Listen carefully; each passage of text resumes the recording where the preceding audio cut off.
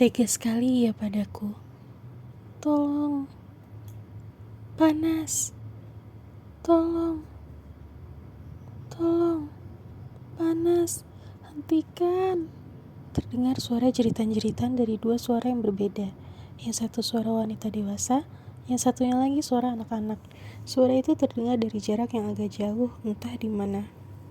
Namun mereka berkali-kali minta tolong. Lalu Tamara terkesiap bangun dari tidurnya. Ternyata hanya mimpi. Namun, suara yang didengar Tamara itu terdengar begitu jelas, walau sepertinya dari kejauhan. Apa arti mimpinya kali ini? Tamara mengangkat bahunya sendiri, lalu memutuskan untuk tidur kembali. Esok paginya Tamara berangkat kerja sendiri karena Ray ada yang harus dipersiapkan untuk meeting pagi ini. Tamara berjalan kaki seperti biasa menuju kantornya yang berjarak sangat dekat dari kosnya. Tolong, tolong kami. Panas. Tamara terperanjat dan memutuskan untuk berhenti sejenak dari perjalanannya menuju kantor. Ia menoleh ke sekeliling mencari kira-kira dari mana sumber suara itu berasal. Mengapa suara itu terdengar mirip dengan suara yang ada pada mimpinya semalam? Apalagi ini? Lalu Tamara melanjutkan perjalanannya, namun ia merinding tiba-tiba. Ada apa ini? Menampaklah bila ada yang ingin kamu sampaikan. Gumamnya seolah makhluk itu akan bisa mendengarnya. Ia melangkah kembali, hingga sampailah ia di gedung kantornya, memasuki lahan parkir dan menemukan ada kaki tergolek pada bawah mobil, entah milik siapa. Tamara jadi teringat sosok Niken. Mungkinkah kali ini ia harus bertemu sosok korban mutilasi kembali? Ia tidak tega. Tapi tetap saja Tamara berjalan mendekat ke arah kaki yang menjulur dari bawah mobil tersebut. Ia pun berjongkok, hendak mengintip apa yang berada di bawah sana. Tiba-tiba dari situ keluarlah anak laki-laki yang masih sangat kecil, kira-kira berusia antara 2-3 tahun. Tamara kurang mengerti, anak kecil itu menggunakan sweater rajut yang lucu sekali. Lalu saat Tamara menjulurkan kepalanya kembali agar ia bisa melihat kolong dari mobil itu, ia melihat ada sosok lain di samping anak itu, sedang rebahan sambil memegang tangan anak itu. Mereka berdua bertubuh hitam, bukan kecoklatan, bukan sawo matang, tetapi benar-benar hitam.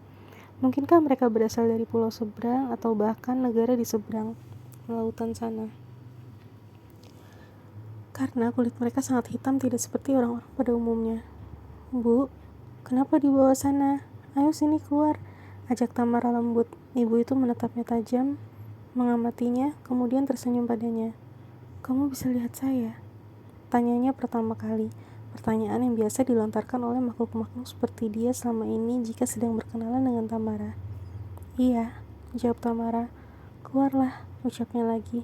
Akhirnya sosok itu keluar dari bawah mobil dan duduk bersimpuh di hadapan Tamara sambil memangku anaknya. Siapa nama kamu? Tanya Tamara. Ernie, jawabnya. Dan ini anak saya, Jaka, tambahnya. Boleh tahu kenapa kalian ada di sini? Tanya Tamara lagi. Kami sudah lama di sini sejak 15 tahun lalu.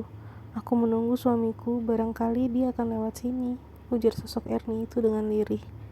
Apa kamu terluka saat tiada Ernie? Tamara tak dapat menyembunyikan rasa ingin tahunya. Ernie hanya mengangguk lemah. Boleh aku tahu apa yang terjadi? Barangkali aku dapat membantumu pulang, ucap Tamara lembut sambil meraih tangan Ernie. Sebuah ingatan muncul dalam penglihatan Tamara. Sepertinya saat Jaka masih bayi, sosok Ernie terlihat menggendong Jaka yang masih bayi, lalu potongan lain memperlihatkan Jaka yang terlihat tertawa digelitiki Ernie. Kemudian Ernie terlihat menidurkannya setelah menyusui.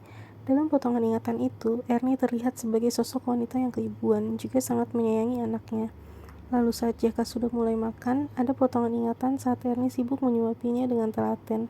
Kala itu pipi Jaka berangsur bertambah cabi, menggemaskan. Dan Tamara bertanya-tanya dalam hatinya, di manakah ayah dari Jaka? Dan tak lama terjawablah dari sebuah potongan ingatan lagi.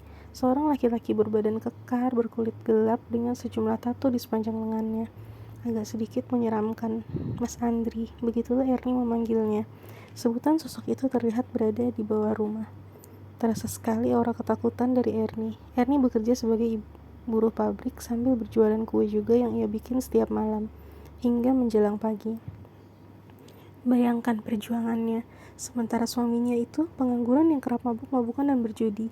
Ia juga sering melakukan tindak kekerasan pada Ernie. Untunglah selama itu Ernie selalu bisa melindungi Jaka dari serangan membabi buta ayahnya itu jika sedang marah. Maka selama ini Ernie lah yang habis dihajar oleh laki-laki itu. Ia menyerahkan dirinya untuk dihajar asalkan suaminya tidak menyakiti anak mereka. Selain gemar main tangan, suaminya juga suka membanting barang apapun yang ada di dekatnya saat ia marah. Ia mudah sekali marah dikarenakan apapun yang tidak sesuai di hatinya. Sebab yang sering terjadi adalah jika ia meminta uang pada Ernie dan tidak diberikan olehnya. Kisah mereka hampir mirip dengan kisah orang tua Ken, di mana sang ayah meminta uang pada si ibu untuk berjudi atau membeli minuman keras. Namun ayah Jaka ini lebih semena-mena karena ia akan langsung menyerang fisik terhadap istrinya jika keinginannya tidak terpenuhi. Namun setidaknya ia tidak pernah bermain perempuan. Kejahatannya hanya judi dan minum, namun cukup menyusahkan Ernie. Hanya bagi Ernie, apapun yang terjadi, anaknya aman. Suatu hari ia berpamitan hendak pergi. Ernie sedang menemani Jaka menonton TV. Saat itu Jaka berusia 3 tahun. "Mau kemana, Mas?" tanya Ernie baik-baik. "Bukan urusanmu," bentak suaminya itu dalam ingatan Ernie yang tengah dilihat oleh Tamara. "Aku cuma tanya, Mas, jangan berjudi. Kapan hari kampung sebelah ada penggerbekan dan mereka yang berjudi di penjara, Mas," ucap Ernie dengan maksud baik. "Aku berusaha cari uang. Kalau aku menang, hidup kita akan terbantu," ujar Andri dengan nada tinggi. "Tidak dengan cara itu. Apa itu sesuatu yang pasti? Nanti bukan kemenangan yang kau bawa pulang, malah kekalahan. Dan habislah segala yang kita punya, Mas," ujar Ernie. Satu tamparan keras langsung mendarat di pipinya. "Banyak omong. Kau mau kasih uang atau tidak?" bentak Andri kembali. Ernie pun menggeleng. "Enggak. Uang yang kumiliki hanya untuk kita makan," ujarnya dengan berani melawan suaminya itu. "Brengsek," seru Andri lagi. Sudah, beri aku sedikit saja untuk beli minuman. Pening kepalaku," suruh Andri. "Berhentilah minum, Mas. Kau jadi tidak bisa berpikir normal karena pengaruh minuman," ucap Ernie. Andri kemudian menjambak rambut Ernie. "Bicara apa kau? Aku tidak bisa berpikir normal, katamu. Dasar perempuan tidak tahu diuntung. Apa keuntungan yang kau kasih, Mas? Semua kebutuhan aku yang biayai. Semua dengan uangku, bukan uangmu," suruh Ernie dengan berani melawan suaminya.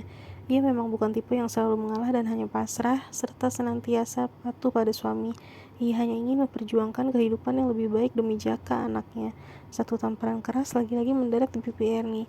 "Lihat, rasakanlah," bentak Andri lalu pergi meninggalkan rumah. Jaka hanya memandangi kedua orang tuanya. Ia tidak menangis karena ia bahkan belum mengerti apapun. Ernie kemudian membawa Jaka ke dalam pelukannya dan mengajaknya kembali menonton TV. Larut malam itu, Andri nampak pulang memasuki rumah mereka dalam keadaan mabuk. Ia menatap Ernie yang tengah tidur nyenyak sambil memeluk Jaka. "Kalian hanya menyusahkanku," desis Andri seperti penuh kebencian lalu menyiramkan sesuatu ke tubuh keduanya yang tengah terlelap itu.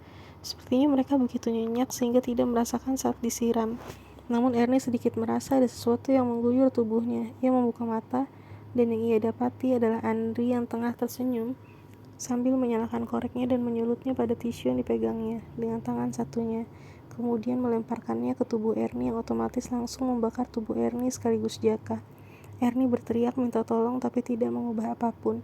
Api itu melahap tubuhnya dan anaknya hingga akhirnya keduanya pun tewas. Lalu dalam penglihatan Tamara itu, semuanya menjadi gelap. "Ernie," panggil Tamara, ingin memastikan sosok itu masih berada di dekatnya.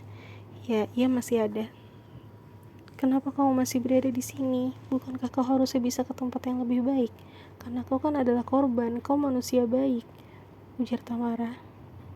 "Aku masih tidak terima dengan apa yang Mas Andri lakukan padaku, terutama pada Jaka. Aku tahu aku tidak bisa membalasnya, tapi rasanya kebencianku inilah yang membuatku tertahan di dunia ini," ucap Ernie lirih. "Maka ikhlaskanlah, Ernie. Hanya itulah satu-satunya jalan. Percayakan segalanya pada Tuhan. Kau percayakan apa yang kau tanam itulah yang kau tuai. Andri pasti akan dapat balasannya. Lebih baik kau berdoa pada Tuhan agar membawamu dan Jaka ke tempat yang lebih baik, ya," ujar Tamara sambil mengusap bahu Ernie. Kemudian apa yang ia saksikan menjadi berubah. Ernie berubah menjadi semakin hitam dan kurus. Ia memperlihatkan tampilan jasad terakhir yang hangus terbakar. Tamara pun sangat miris melihatnya. "Pulanglah, Ernie, bawa Jaka menuju tempat terindah."